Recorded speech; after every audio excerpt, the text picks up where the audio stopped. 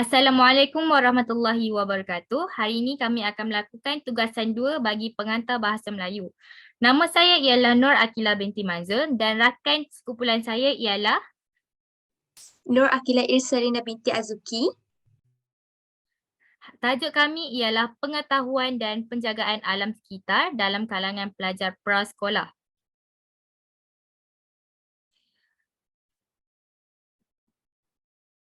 Abstrak yang kami telah perolehi ialah kajian ini bertujuan mengkaji tahap pengetahuan alam sekitar, pengetahuan bahan kita semula dan amalan penjagaan alam sekitar dalam kalangan murid prasekolah di Miri, Sarawak. Kajian ini menggunakan kaedah gabungan iaitu kaedah kuantitatif dan kaedah kualitatif. Data kajian ini telah diperoleh secara kuantitatif melalui kaedah soal selidik bergambar. Borang soal selidik bergambar ini telah diedarkan kepada 470 responden dalam kalangan murid tadika dan prasekolah di Miri Sarawak yang telah dipilih secara rawat mudah. Bagi meneliti tahap pengetahuan alam sekitar, pengetahuan bahan kita semula dan amalan penjagaan alam sekitar, analisis secara deskriptif telah digunakan.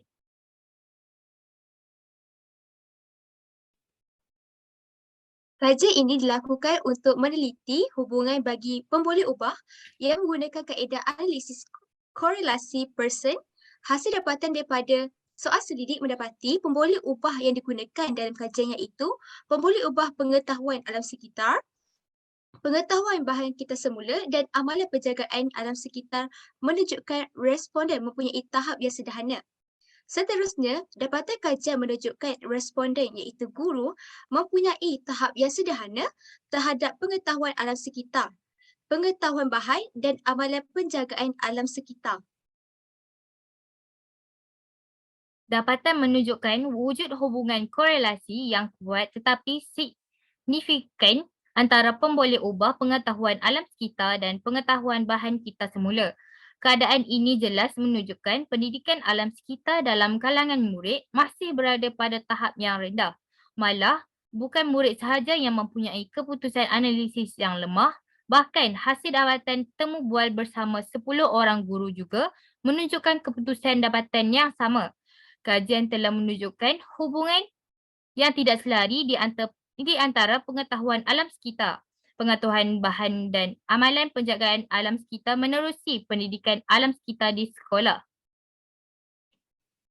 Kesimpulannya, pengetahuan alam sekitar dan pengetahuan bahan kita semula mempengaruhi amalan penjagaan alam sekitar dalam kalangan murid melalui pendidikan alam sekitar di sekolah.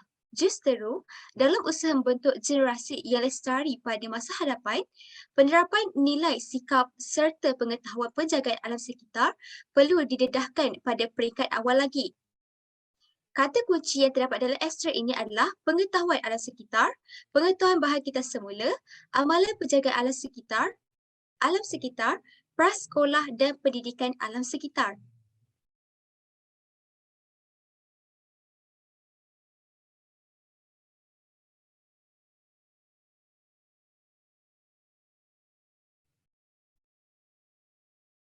Okey, mari kita mulakan perbincangan kita. Lisa tahu tak kejelasan tu apa? Saya tak tahu. Boleh awak jelaskan? Kejelasan ni ada dua, kohesi dan koheren. Mari kita lihat contoh ayat dia bagi kohesi. Contohnya, walau bagaimanapun, masih ada ruang kepada sistem pendidikan Malaysia untuk memastikan pelajar menjadi warga Malaysia yang benar-benar mengamalkan budaya lestari dalam kehidupan mereka seharian. Apa itu koheren? Boleh bagi contoh ayat dia tak, Isa? Boleh? Koheren. Murid tadika dan prasekolah diterapkan tentang pengetahuan penjagaan alam sekitar supaya dapat melahirkan generasi yang celik alam sekitar. Pengetahuan yang diberikan melibatkan pendidikan alam sekitar yang menjawab persoalan berkaitan dengan alam sekitar. Pendidikan dilihat sebagai cara terbaik bagi membentuk generasi yang mempunyai pengetahuan dan kesedaran yang tinggi terhadap alam sekitar. Oh, macam tu. Okey, terima kasih, Isa. Tapi kan, Isa, Kila tengok dalam infografik ni ada imbasan QR code. Nak tak kita imbas? Jom.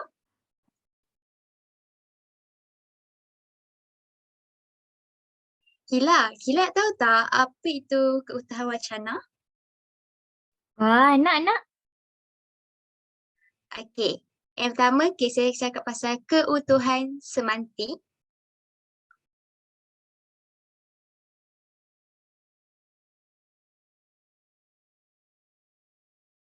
Dalam keutuhan semantik ini, keutuhan semantik ini merupakan hubungan semantik terbahagi kepada dua, iaitu keutuhan semantik umum dan keutuhan semantik interaktif. Okey, saya akan jelaskan pertama sekali keutuhan semantik umum.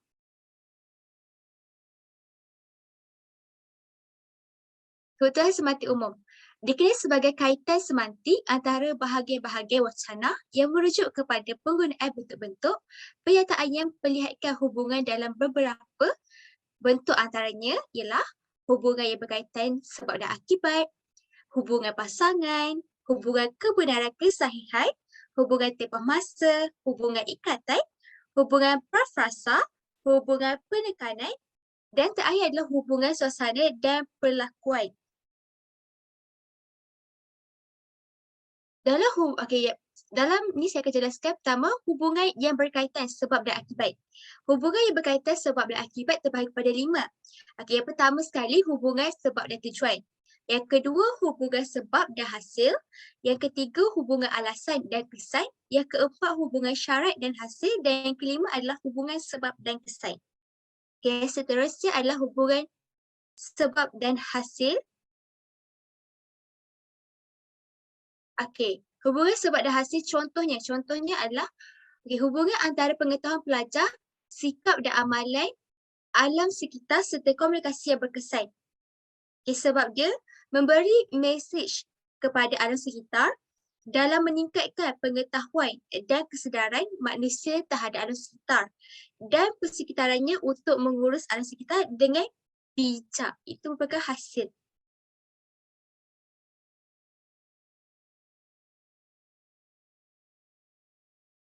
Dan seterusnya adalah hubungan pasangan. Contohnya adalah dari segi perbandingan. Okay, walaupun ibu bapa dan prasekolah mainkan peranan penting dalam perkembangan tingkah laku dan sikap kanak-kanak, namun ilmu berkaitan dengan pengetahuan, kelestarian alam sekitar juga harus diambil perhatian oleh semua pihak.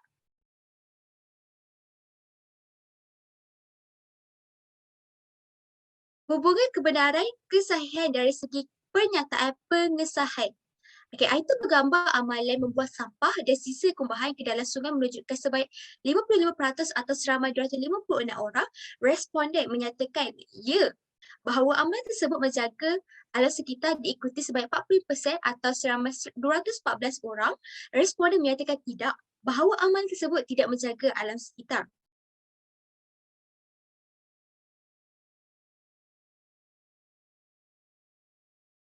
Hubungan tempoh masa mengikut urutan kronologi pula, menurut Gulay 2012, peringkat awal kanak-kanak merupakan peringkat yang sesuai untuk mendedahkan tentang pendidikan alam sekitar. Hal ini kerana tempoh tersebut menjadi tempoh yang amat penting kepada seorang individu untuk membesar dengan ilmu yang sedia ada.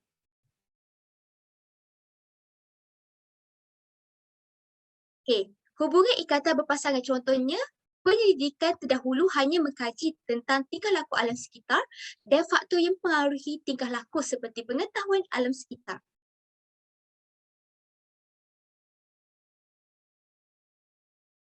Hubungan penekanan secara istilah pula, secara keseluruhan, responden hanya dapat menjawab item pembakaran terbuka, pembuangan sampah dengan cara yang salah, sungai yang kotor dan dicemari, sampah sarap dan item longkang yang tercemar dengan sampah sarap. Hubungan suasana dan perlakuan dari segi arah perlakuan, amalan pembuangan sampah ke dalam sungai, amalan membazir air, amalan merokok, meludah sebarang, menyiram pokok, mendaga bahan pokok, membuang sampah sebarang, membuang sampah ke dalam sungai, membuang sampah ke dalam tong yang disediakan, dan mencotek dinding merupakan amalan yang perlu kita hindari.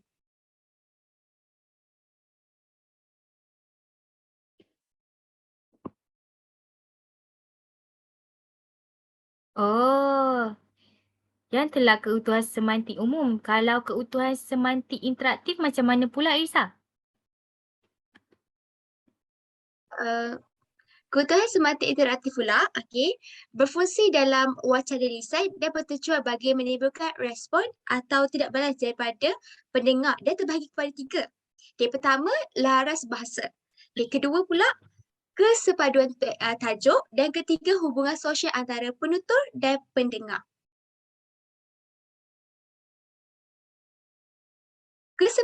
Kesepaduan tajuk. Selain itu, pendidikan turut mempengaruhi pengetahuan masyarakat terhadap pengurusan sistem pepecahan yang di kita semula. Kerana sistem pepecahan di kita semula dapat menggunakan pencemaran kepada alam sekitar. Pendidikan yang dimaksudkan bukan sahaja tentang pembelajaran di dalam kelas, bahkan pendidikan juga dapat mempelajari tentang perkara lain yang dapat mempengaruhi pengetahuan.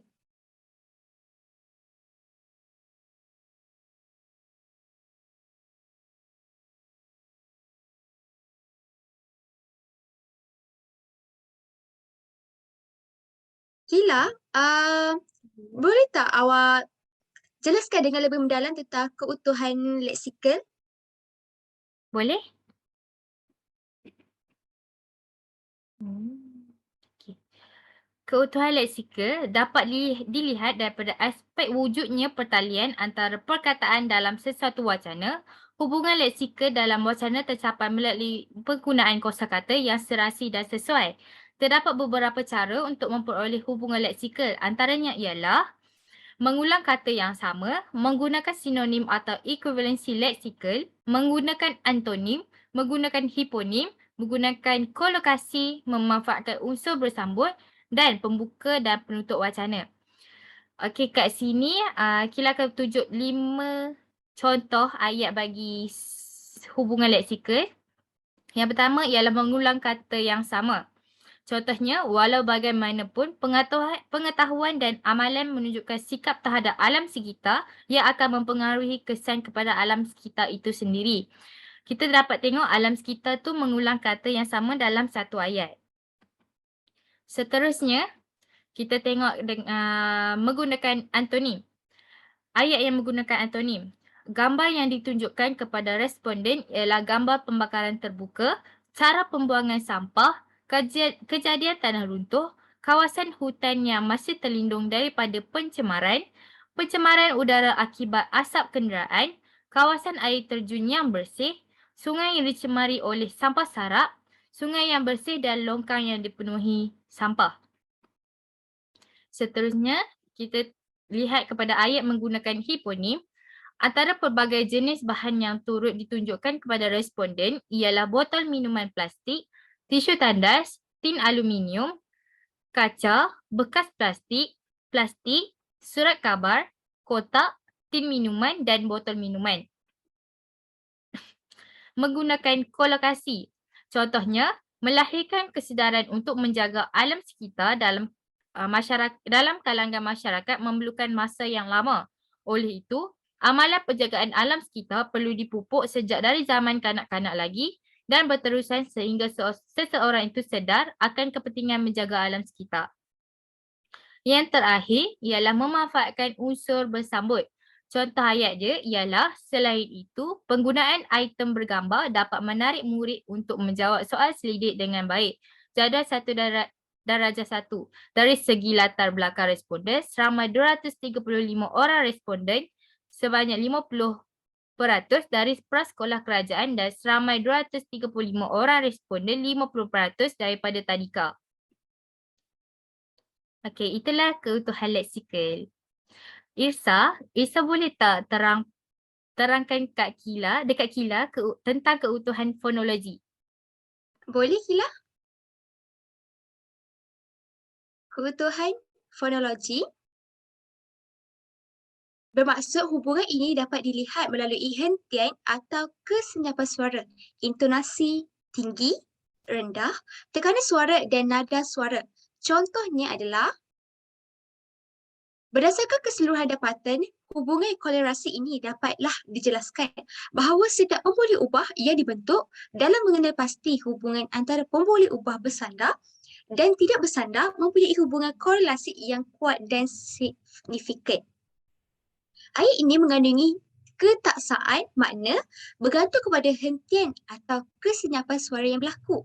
Sekiranya kesenapan berlaku selepas perkataan dapatan, maka ayat ini membawa maksud yang berbeza jika dibandingkan dengan kesenapan yang berhenti selepas perkataan bahawa.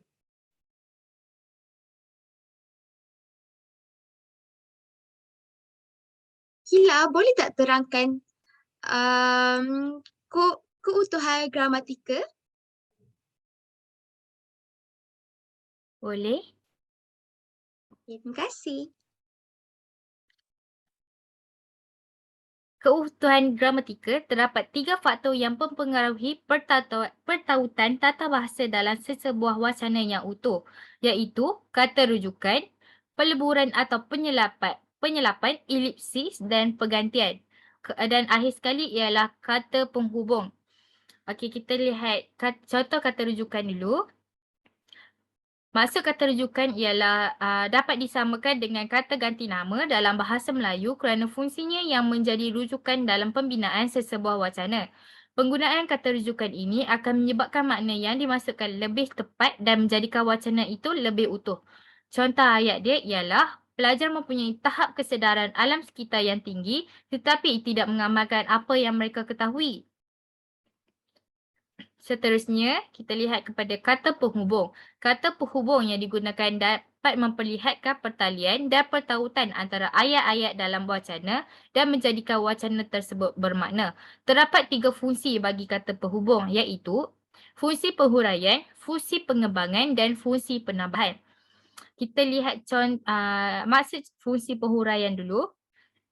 Fungsi penghuraian dalam bahasa Melayu boleh dibuat dengan menggunakan perkataan-perkataan seperti seterusnya, pada sudut yang lain, selain itu, sebaliknya dan sebagainya. Contoh ayat yang menggunakan kata hubung ni ialah dapatan kajian telah menunjukkan hubungan yang tidak selari di antara pengetahuan alam sekitar. Pengetahuan bahan dan amalan penjagaan alam sekitar menerusi pendidikan alam sekitar di sekolah. Walau bagaimanapun, pengetahuan tentang alam sekitar dan kita semula bahan akan secara langsung mewujudkan suatu amalan penjagaan alam sekitar melalui pendidikan yang sedia ada di sekolah. Seterusnya, kita teruskan kepada fungsi pengembangan. Fungsi ini digunakan bagi mengembangkan idea. Contoh perkataan ialah seperti, dan, tetapi, oleh itu, sebab dan sebagainya. Contoh ayat bagi fakta ini ialah pengetahuan alam sekitar bukan sahaja pengetahuan tentang keprihatinan mengenai masalah tentang alam sekitar, tetapi juga untuk membolehkan pembangunan pro alam sekitar, sikap dan pertalian. Berikutnya, fungsi penambahan. Fungsi ini digunakan bagi menyatakan masa atau kejadian.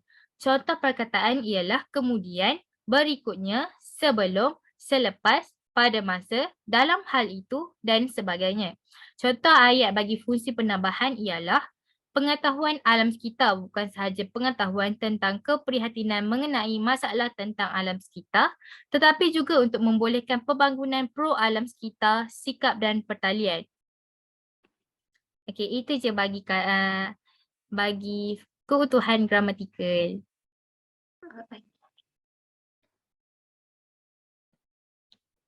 Seterusnya, sumber rujukan.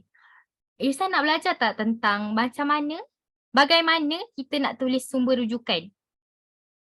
Nak? Boleh awak terangkan? Boleh? Okey, kita pergi yang pertama dulu. Untuk rujukan jurnal, kami telah menganalisis rujukan di dalam artikel kami. Cara untuk menulis rujukan jurnal ialah nama penulis, tahun di dalam kurungan, tajuk jurnal, nama jurnal dicondongkan, volume, isu dan muka surat.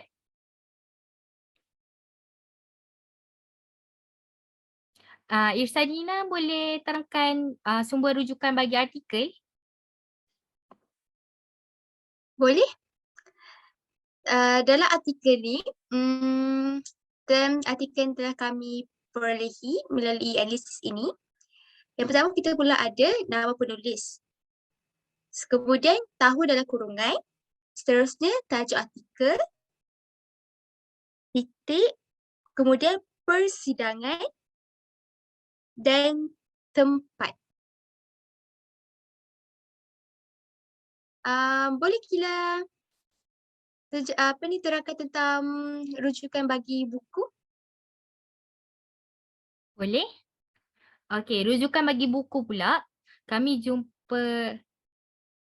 telah selepas menganalisis tugasan itu, kami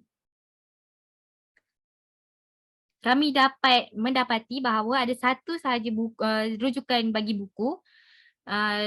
Cara untuk menulis rujukan bagi buku ialah nama penulis, tahun, tajuk dicondongkan, titik bertindih, tempat penerbitan dan penerbit. Okey, itu sahaja daripada kami. Sekian, terima kasih.